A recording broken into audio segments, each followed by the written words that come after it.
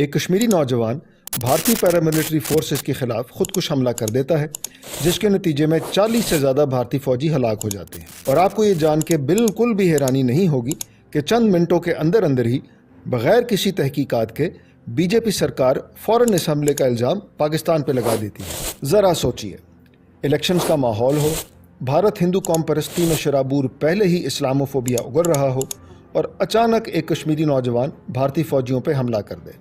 یہ تو ایسا ہی تھا جیسے بی جے پی کی لاٹری نکل آئی ہو، یا اس کیس میں زبردستی نکالی گئی۔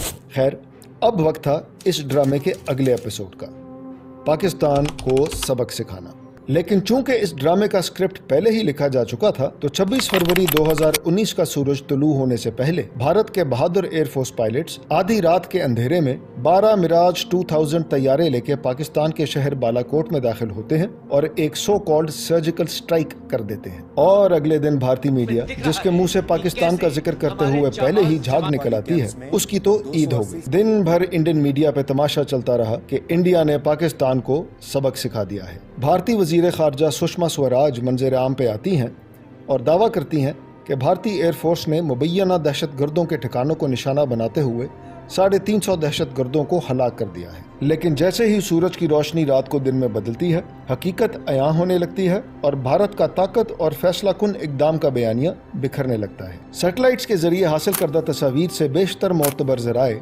جیسے کہ اٹلانٹک کاؤنسل کی digital forensic laboratory, Planet Labs, European Space Imaging اور آسٹریلین اسٹریٹجک پالیسی انسٹیٹیوٹ اس بات کا اعلان کرتے ہیں کہ بھارتی اسٹرائکس کسی خاطر خواہ ہدف کو نشانہ بنانے میں ناکام رہیں۔ پاکستانی حکام نے غیر ملکی اور مقامی میڈیا کو بھی حملے کی جگہ تک رسائی دے دی، اور ان کے مطابق بھی وہ مبینہ تربیتی کیمپ جہاں بھارت نے فرضی طور پہ 350 دہشت گردوں کو ہلاک کیا تھا ویسے ہی کھڑا تھا۔ اور اس طرح آہستہ آہستہ بھارت کے بلند و بانگ دعوے بے نقاب ہونے لگے۔ اگلی ہی صبح بھارت کو ایک واضح اور فیصلہ کن پیغام بھیجنے کے غرض سے پاکستانی ایئر فورس نے آپریشن سوئفٹ ریٹارٹ کے نام سے آپریشن کا آغاز کیا اور مقبوضہ کشمیر میں گھس کے دن کی روشنی میں بھارتی تنصیبات کے متعدد مقامات کو انسانی جانوں کے ضیاع سے بچاتے ہوئے نشانہ بنایا، اور بھارتی ایئر فورس کو ہبڑا دبڑی کے جال میں ایسا پھنسایا کہ جب انہوں نے ہنگامہ آرائی میں جوابی کارروائی کی کوشش کی تو پاکستانی پائلٹس نے ان کے 2 طیارے، ایک MiG 21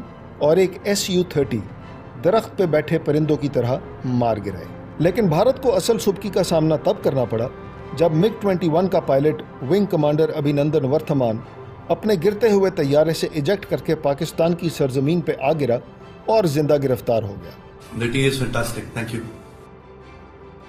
دوسری جانب Su-30 کا ملبہ مقبوضہ کشمیر میں گرا اور اطلاعات کے مطابق اس کا پائلٹ ہلاک ہو گیا۔ شروع میں بھارتی میڈیا کے اپنے ہی کچھ چینلز اس ہلاکت کی رپورٹنگ کرتے رہے۔ Pakistani air force shot down Sukhoi 30 MKI, the latest of India's air force. لیکن بعد ازاں ایک دم سے بھارتی میڈیا نے اس واقعے کی کوریج بند کر دی اور بھارتی حکومت نے اس نقصان سے انکار کرنا شروع کر دیا، اور ابھی بیچارہ بھارت اپنی فرضی شان و شوکت کی کہانیاں بن ہی رہا تھا کہ ایک اور واقعے کے انکشاف نے بھارتی دعووں کو بالکل ہی ننگا کر دیا۔ ایک بھارتی ہیلی کاپٹر کو اس کے اپنے ہی اسرائیلی ساختہ ایئر ڈیفنس سسٹم اسپائڈر نے دشمن طیارہ سمجھ کے مار گرایا۔ کیسے کیسے بھارتی پروپیگنڈے کا شرازہ ایک ایک کر کے بکھرتا گیا۔ اس شرمندگی سے بچنے کے لیے بھارتی میڈیا نے ایک اور چال چلنے کی کوشش کی۔ انہوں نے یہ دعویٰ کر دیا کہ ونگ کمانڈر ابھینندن نے اپنا طیارہ تباہ کروا کے گرفتار ہونے سے پہلے پاکستان کا ایک F-16 مار گرایا۔ بھارت نے شور تو بہت مچایا لیکن زمینی حقائق کچھ اور ہی تصویر کھینچ رہے تھے۔ اس ڈرامے کا بھانڈار تب پھوٹ گیا جب امریکی ماہرین نے پاکستان کو دیے گئے F-16 کی گنتی کی اور یہ اعلان کیا کہ پاکستان کو امریکہ کی طرف سے جتنے F-16 دیے گئے تھے ابھی بھی اتنے ہی موجود ہیں۔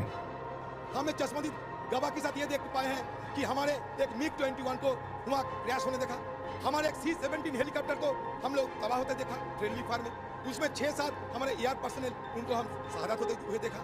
کہے گئے تھے کہ پاکستان کی F-16 کو مار گرایا، پتہ نہیں کہاں گرایا، اور بالاکوٹ میں اصلیت کیا ہوئی پتہ نہیں۔ آج بھارتی میڈیا جتنی مرضی من گھڑت کہانیاں بنا لے اور بالی ووڈ جتنی چاہے فلمیں بنا لے، لیکن آج کے دور میں حقیقت پہ پردہ ڈالنا مشکل ہی نہیں، ناممکن ہے۔ یہاں تک کہ بھارت کے اپنے سیاسی لیڈر گاہے بگاہے مودی کے اس ڈرامے کو خود بے نقاب کرتے رہتے ہیں۔ خیر، یہ کہنا تو مشکل ہے کہ بھارت کو اس خود ساختہ ذلت سے کیا حاصل ہوا، ہاں البتہ کراچی میں ایک پاکستانی بھائی کے چائے کے کاروبار کو ترقی حاصل کرنے میں مدد ضرور ملی.